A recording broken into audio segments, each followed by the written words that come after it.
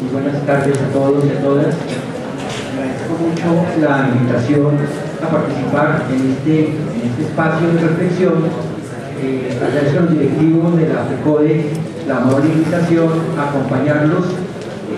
A pesar de lo avanzado de la hora, vamos a dar curso a una presentación que se ocupa del tema de las relaciones entre la teoría crítica de la sociedad y la pedagogía crítica. Previamente quiero destacar la importancia de este encuentro.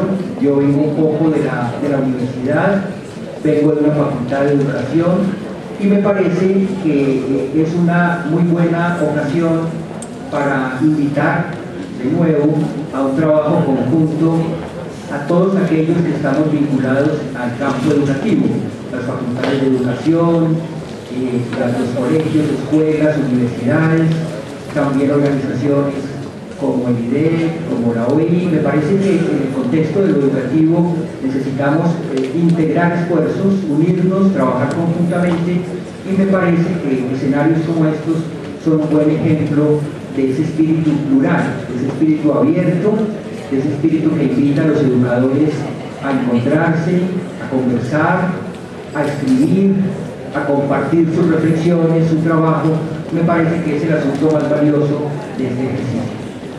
El propósito de la charla que voy a iniciar a continuación tiene que ver con el intento por reflexionar acerca del sentido, de la importancia, del valor que podría tener un planteamiento, una forma de trabajo elaborado en las ciencias sociales y la filosofía, que se denomina teoría crítica de la sociedad, y sus aportes y relación con la pedagogía crítica. Me parece que el marco de esta charla está muy vinculado a la intervención del anterior ponente. Creo que hay muchos elementos en común que podríamos subrayar y podríamos ir destacando a medida que ellos vayan apareciendo. Lo primero que quisiera señalar entonces es que nos interesa clarificar, en primer lugar, el sentido de una teoría crítica de la sociedad. Y el concepto de crítica me parece que también es muy importante cuando hablamos de pedagogía crítica. Había un tema común entre una teoría de la sociedad y una concepción de lo educativo y de lo pedagógico. Me parece que la teoría crítica de la sociedad corresponde a un movimiento de ideas, de investigación interdisciplinaria que se ha desarrollado desde una perspectiva inicialmente influenciada por el marxismo, especialmente por la obra del joven Marx, el Marx más filósofo, más cercano al humanismo y a la antropología. La preocupación fundamental entonces de un planteamiento igual de la teoría crítica es justamente hacer una reflexión sobre la sociedad desde una perspectiva o una intencionalidad crítica y emancipatoria. Creo que en ese sentido también hay una clara articulación con muchas tesis e ideas que mueven a la pedagogía y a los pedagogos críticos. Me parece importante destacar que en este esfuerzo por hacer reflexión crítica sobre la sociedad, la teoría crítica invita a hacer un ejercicio de articulación entre dos grandes componentes de ese desarrollo social. Por una parte está el desarrollo material, el desarrollo de las fuerzas productivas, el desarrollo de la ciencia, la tecnología, la innovación, el emprendimiento, todo ello de lo que sigue muy impregnado en nuestro discurso educativo y social tendría que ver naturalmente con la reproducción material de la vida social, de la vida cultural, de la vida política. Creo que a una teoría de la sociedad de carácter crítico le interesa fuertemente destacar el papel del desarrollo material, científico y tecnológico. Pero a la vez también, y en segundo lugar, le interesa problematizar una idea que ya los colegas anteriores también han destacado, que desarrollo es solo desarrollo material, desarrollo productivo, desarrollo tecnológico y científico. Aquí hay una concepción parcial del desarrollo que tendría que ser articulada con aspectos de orden simbólico, de orden cultural, de orden ideológico, de orden político, de orden estético. Es decir, toda la dinámica de desarrollo de la cultura y de desarrollo de la subjetividad de los seres humanos también debería ser comprendido en una concepción integral del desarrollo humano. De tal manera que a una teoría de la sociedad le interesaría, primera tesis, pensar lo social como articulación y como complementariedad entre desarrollo científico, desarrollo cultural y desarrollo personal. Esta tesis creo que es importante porque continuamente reaparece en nuestras reflexiones la idea de que solo basta con ciencia, tecnología e innovación para hacernos modernos, para alcanzar el desarrollo, la autonomía y la emancipación. Justamente a la teoría crítica de la sociedad le ha interesado también explorar el sentido ideológico de esta afirmación, porque ciencia y tecnología también pueden volverse componentes ideológicos, también pueden generar una concepción unidimensional del desarrollo humano, del desarrollo social, una obra de estos pensadores que se titula justamente El hombre unidimensional. Se pregunta por qué tipo de ser humano puede obtenerse desde una concepción unilateral, material, puramente científica del desarrollo de la sociedad. Entonces, esa me parece una primera tesis que quiero dejar sentada.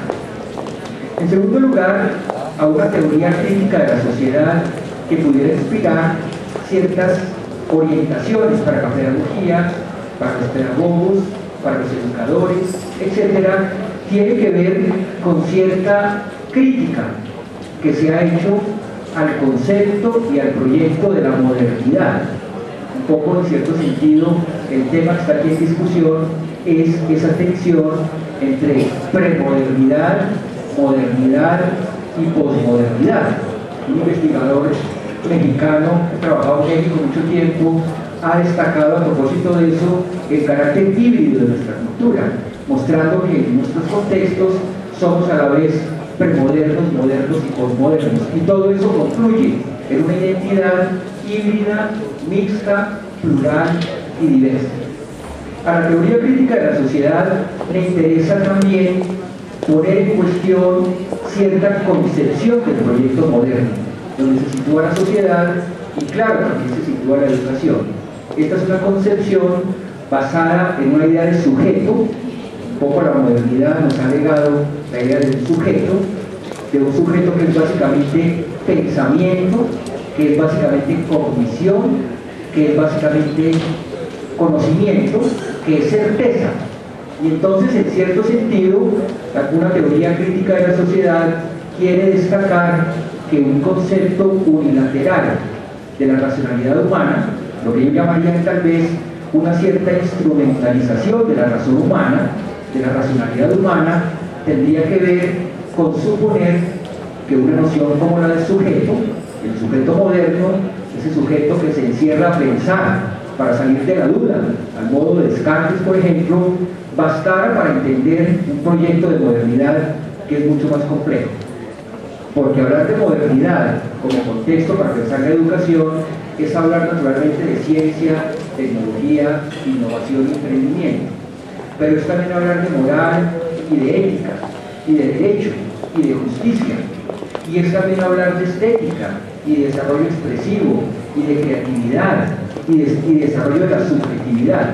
Esa concepción amplia de la modernidad, de acuerdo con la cual ser moderno no es solo crecer materialmente, científica y técnicamente, ser moderno es también tener democracia, tener participación, trabajar la ciudadanía, poder discutir sobre problemas de justicia, de vida buena, de equidad, de inclusión, todo eso que tenemos tan fuertemente acentuado en nuestros discursos educativos, y es también pensar subjetividad, creatividad, ¿verdad? Expresión, arte, estética, lúdica, juego. Todo eso estaría un poco comprendido, digámoslo así, en el concepto de modernidad. La teoría crítica de la sociedad, en una primera etapa, justamente lo que hace es llamar la atención sobre el riesgo inherente a creer que basta con modernizarse para ser plenamente modernos, que basta con que la salud o la justicia se vean en términos de innovación tecnológica, de desarrollo material, de productividad, para que eso nos haga plenamente modernos. Y entonces, en ese sentido, esta tesis conduce a una cierta circularidad o a una cierta perfección.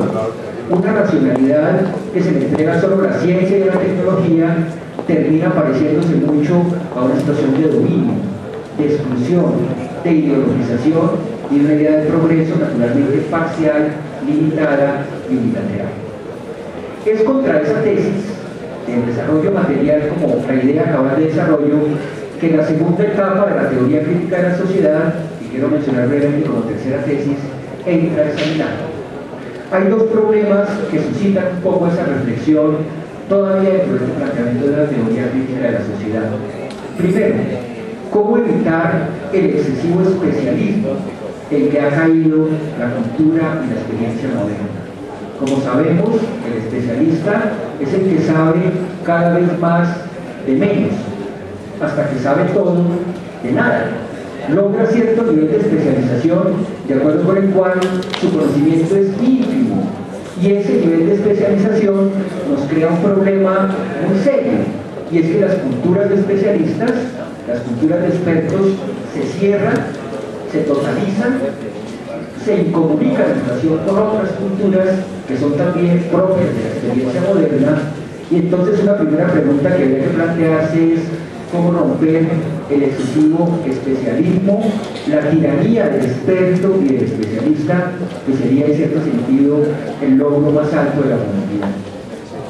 Pero hay un segundo problema que también se planteó en la intervención anterior, y es que en nombre del saber experto, la modernidad también excluye saberes no expertos, saberes cotidianos, saberes culturales, saberes locales, saberes pedagógicos, si se quiere, de experiencia educativa. Otro problema serio de la modernidad, entendida en un sentido unilateral, es que el nombre del saber del especialista invalida y desconoce otras formas de saber. Por eso me parece a mí que es tan riesgoso que en la educación le apostemos solo al rigor del conocimiento científico. Un buen educador requiere naturalmente conocimiento y competencia en un área de conocimiento, pero requiere también una disposición y actitud pedagógica que no se la da el conocimiento. Es un asunto de relación social, es un asunto de tacto, es un asunto de capacidad de abrirse a otras perspectivas, otros puntos de vista, etc.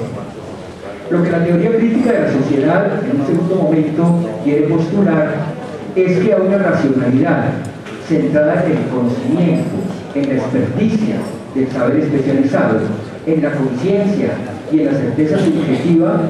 Habría que oponerle un concepto de racionalidad mediado por el lenguaje y por la comunicación. Desde esa tesis, las ciencias sociales, la filosofía y también, naturalmente, la educación y la pedagogía se colocan en un nuevo escenario. Porque una relación de conocimiento siempre opone un sujeto a un objeto.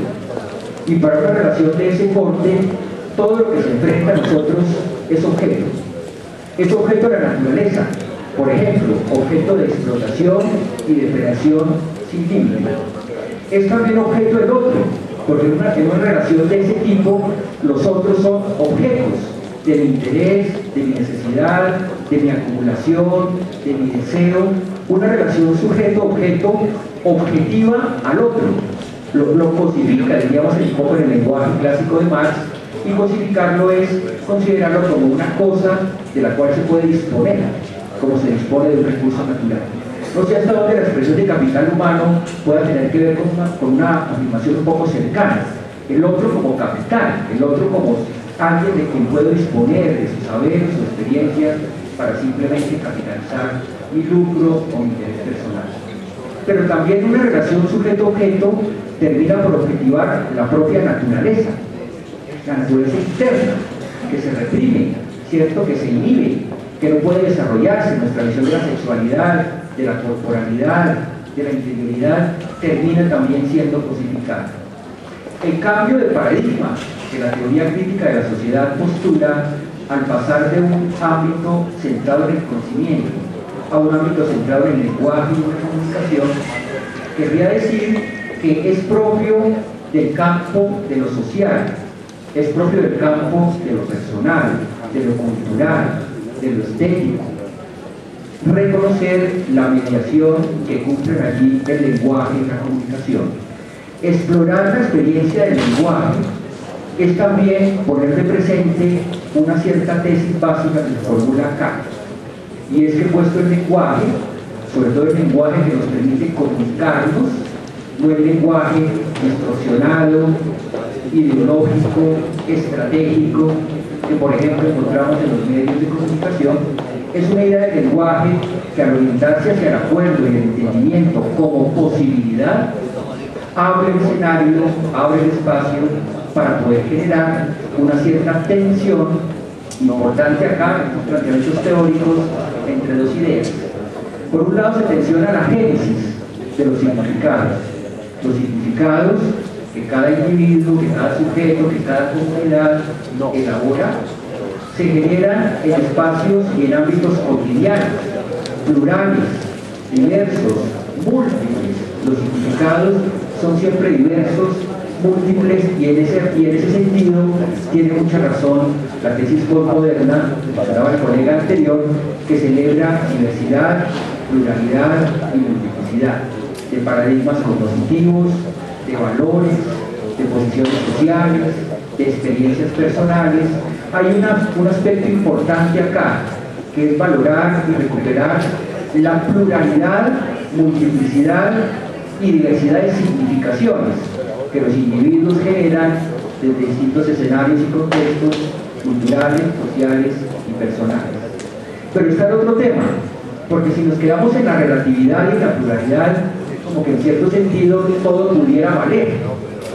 El trabajo de la comunicación, el énfasis en la comunicación, en la conversación, en el diálogo, en la argumentación, que también forma parte de estas ideas de una teoría crítica de la sociedad, invitaría a pensar cómo podemos tensionar génesis y validez y preguntarnos por qué vale mi opinión, por qué vale mi conocimiento, por qué vale mi experiencia, por qué vale mi cultura, y que valga mi cultura o mi saber no quiere decir que el otro no pueda también valer.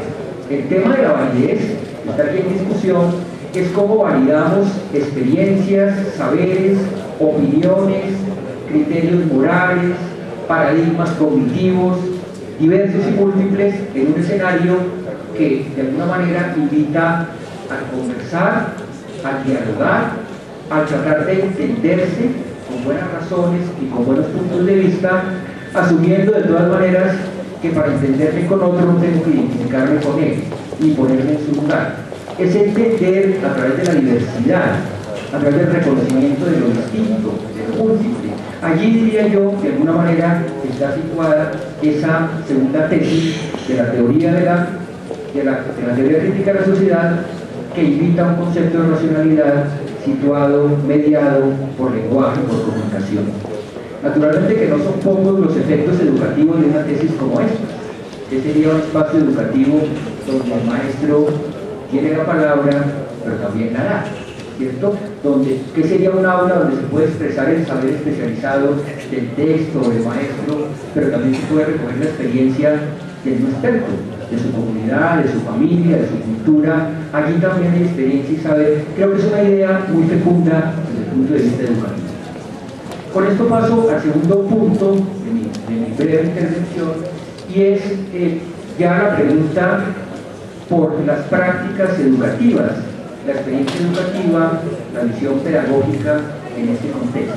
Y quiero entonces mencionar una segunda tesis que invita a pensar hoy a la sociedad de la información y a la sociedad del conocimiento como el nuevo contexto de las prácticas educativas.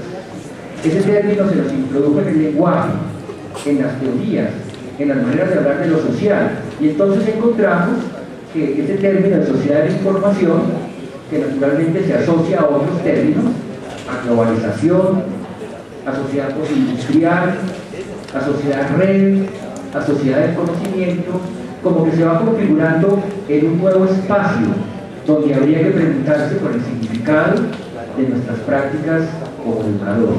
Es allí, en ese contexto, donde se hace la ubicación del quehacer educativo. Y claro, hay preguntas. Los colegas anteriores también han formulado preguntas.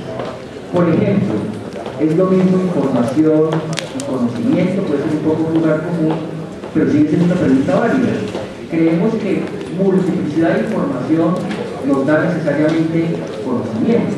Y entonces suponemos que tener acceso a mucha información es ya tener acceso de alguna manera a conocimiento que implica un ejercicio también de organizar, de valorar, de ordenar, de jerarquizar, de sintetizar una serie de representaciones, etcétera, que no se reduce a la copia incesante, infinito si se quiere, de información. Este tema de la sociedad del conocimiento y la sociedad de la información se ha asociado también a otra noción en el campo de las ciencias sociales que se denomina el capitalismo cognitivo. De alguna manera, la tesis fuerte sería que en las sociedades neoliberales el conocimiento, la ciencia, la técnica, la información se hacen la primera fuerza productiva, la base de la productividad. Y entonces quien tiene información y quien tiene conocimiento tiene poder. Y entonces la pregunta es, ¿de qué conocimiento hablamos? Pero también de qué tipo de sociedad. Porque una sociedad que absolutiza el conocimiento y la información es una sociedad que en otros escenarios pues, tiene problemas. Porque también uno diría, tenemos internet, eso hace democracia, eso hace acceso, pero tenemos también brechas digitales, tenemos también exclusión, se globaliza lo mejor y lo peor, la riqueza y la pobreza. Aquí hay un elemento muy fuerte en la sociedad de la información, que ya se ha tocado en intervenciones anteriores, vinculado a las tecnologías, vinculado a las redes, vinculado al escenario social, leído en el grado de información y en el grado de conocimiento.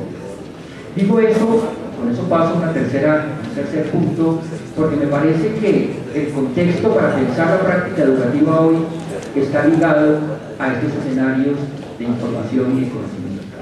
Quiero referirme aquí, por ejemplo, pensando un poco en la universidad, a procesos como el de Bolonia, que en las universidades europeas, hacia fines del siglo pasado, han generado un sistema de instituciones en el cual el tema central es cómo la institución educativa, sobre todo cómo la universidad, se adapta a las exigencias planteadas por el nuevo contexto de la información y la comunicación.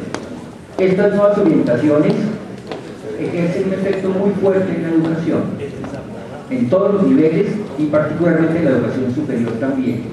Tenemos políticas educativas que de alguna manera ponen en entredicho de nuevo la idea de que la educación pueda ser un bien y un derecho.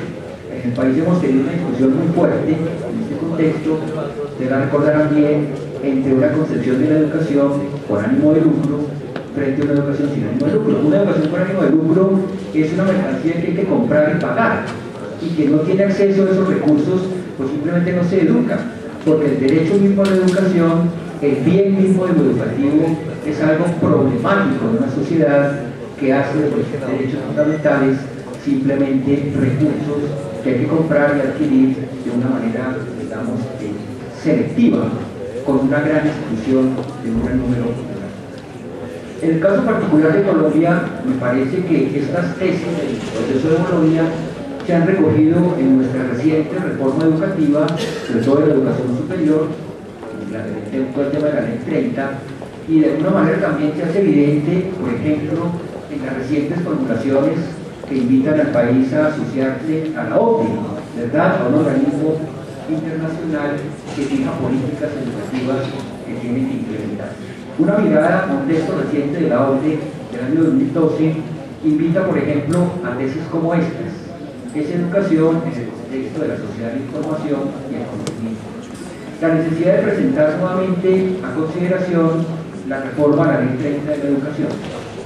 De alguna manera se trata de que ese escenario tiene que volver a ser recuperado, planteado, porque a través de él se puede fortalecer ciertas políticas educativas orientadas, por ejemplo, a revisar la oferta y demanda de egresados de la educación superior, a mirar la educación en términos de índices de empleos, de niveles de ingreso, a considerar la educación superior sin distinguir un poco sus niveles específicos, educación técnica, educación tecnológica, educación universitaria, son ámbitos diferentes del contexto educativo, pero yo de alguna manera quisiera privilegiarse más cierto tipo de formación, en desventaja con respecto a otros. La necesidad de que los sectores privados y empresariales sean parte de los organismos de las instituciones educativas, de la dirección, etc.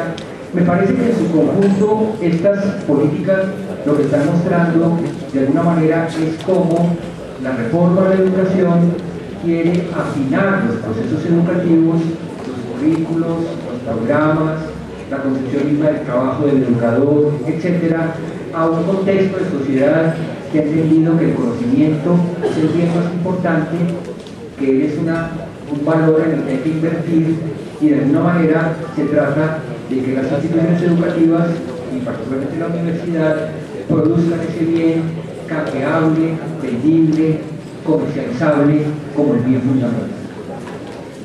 En este contexto quisiera entonces preguntarme, ya cogiendo un último punto de mi reflexión, ¿qué aportes podríamos esperar de una pedagogía crítica que tenga en cuenta estas tesis iniciales que mencionábamos, pero también el contexto de sociedad de información y conocimiento que hemos mencionado hace un momento? Me parece en primer lugar que la pedagogía crítica constituye un campo de trabajo, de acción y de reflexión educativa que debe distinguirse de otros planteamientos y modelos pedagógicos, esa expresión. La pedagogía crítica asume naturalmente preguntas que enfatizan la reflexión acerca de cómo las teorías educativas se vinculan con el tema del poder, cómo la educación cumple un papel social y político, cómo la educación reproduce o no relaciones sociales. Las teorías críticas han estado durante algún tiempo trabajando teorías de reproducción social, de reproducción cultural, de resistencia, por ejemplo. Pienso en el trabajo tan importante del pedagogo norteamericano Henry Giraud, pero también de Peter Macelar y otros como de esa línea, pero también hay españoles en América Latina, que han querido preguntarse por la función de la educación como reproducción de la sociedad, de la cultura, pero también como generadora de ciertas posibilidades de resistencia ante la hegemonía económica, política y la. Las pedagogías críticas también se expresan interesadas en la pregunta por la emancipación del educando. Aquí me parece interesante la referencia del colega anterior al trabajo de Freire. La pregunta un poco sería aquí, ¿qué quiere decir emancipación? Diríamos tal vez en términos modernos, mayoría de edad, autonomía, capacidad de decisión, autonomía cognitiva, autonomía moral, autonomía política. Me parece que el tema de qué entendemos allí por emancipación, en un sentido de propiciar autonomía y mayoría de edad, puede seguir siendo pertinente en esa reflexión educativa.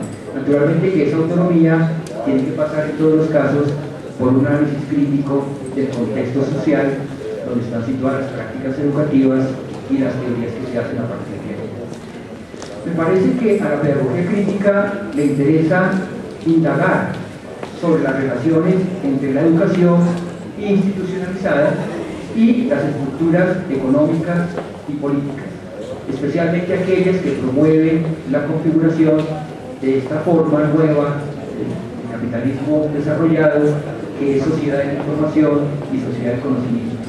Aquí hay una pregunta importante que hacer en relación con si la educación tiene que leerse solo en clave material, cognitiva, científica y técnica, o la educación también debe responder a ese ámbito de experiencia moral, ética, política, cultural, estética, que de alguna manera también es parte de la vida.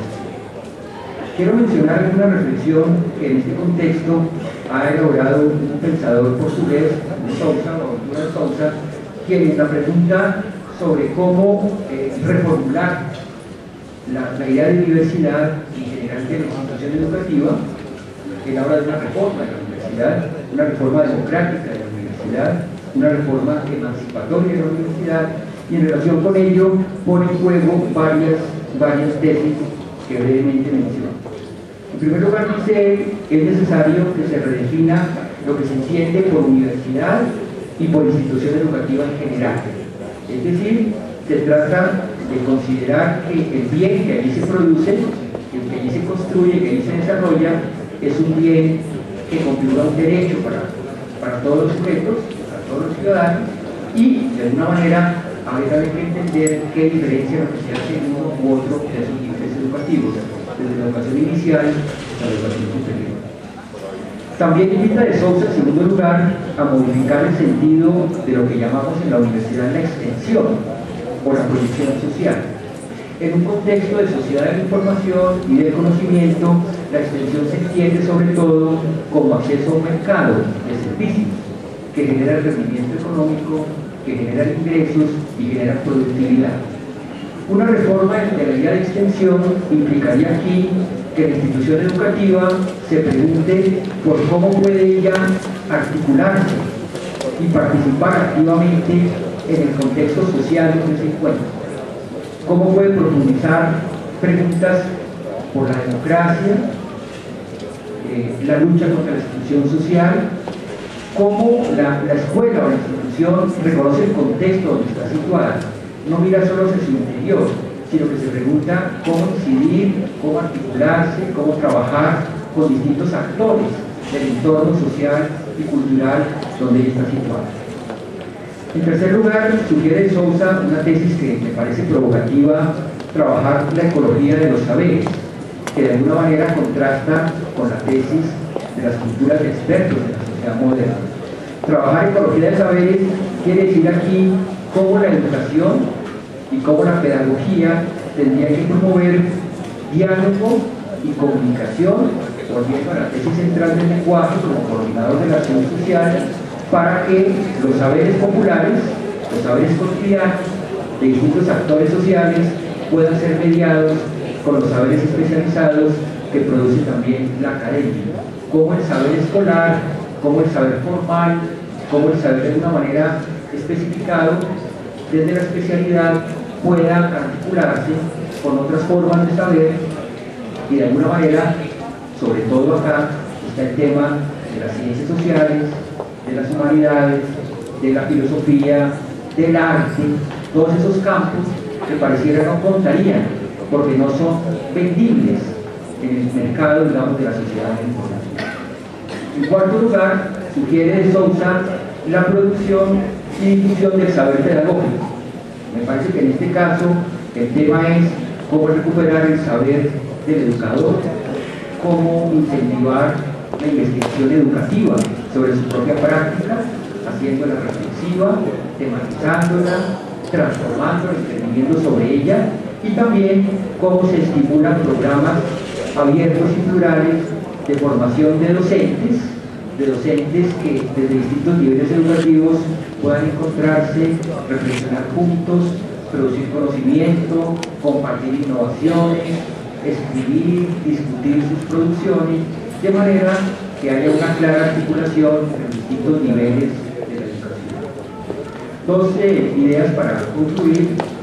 En quinto lugar está el tema de la relación universidad-empresa. Un poco institución educativa y empresas es un tema problemático, pero pareciera que la institución educativa no puede tampoco independizarse de la asociación con otro tipo de instituciones con los cuales podría hacer un trabajo articulado, siempre y cuando ella no abandone la agenda de la investigación, de producción de conocimiento, etc.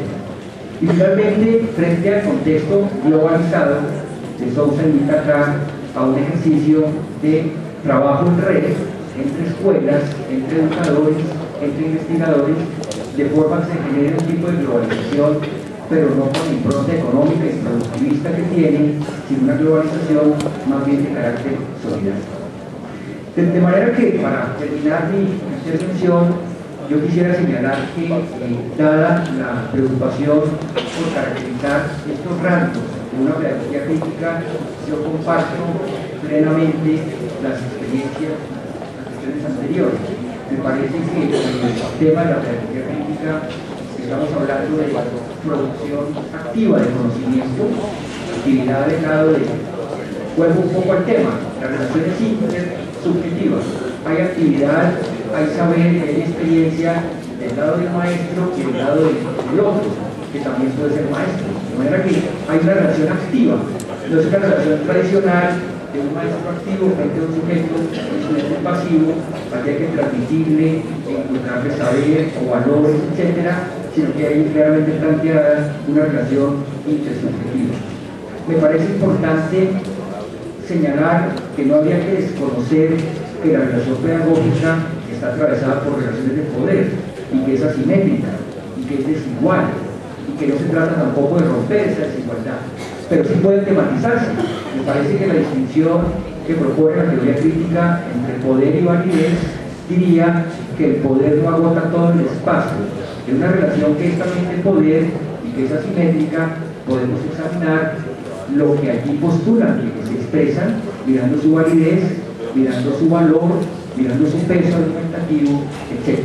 Diríamos entonces en ese sentido que una pedagogía que hace el giro al lenguaje y a la comunicación encuentra en la comunicación y en el diálogo, incluso mediado por tecnologías. Aquí hay otro tema que no quiero tocar ahora porque el tiempo no nos alcanza, pero creo que la tecnología nos está planteando como maestros sobre todo preguntas.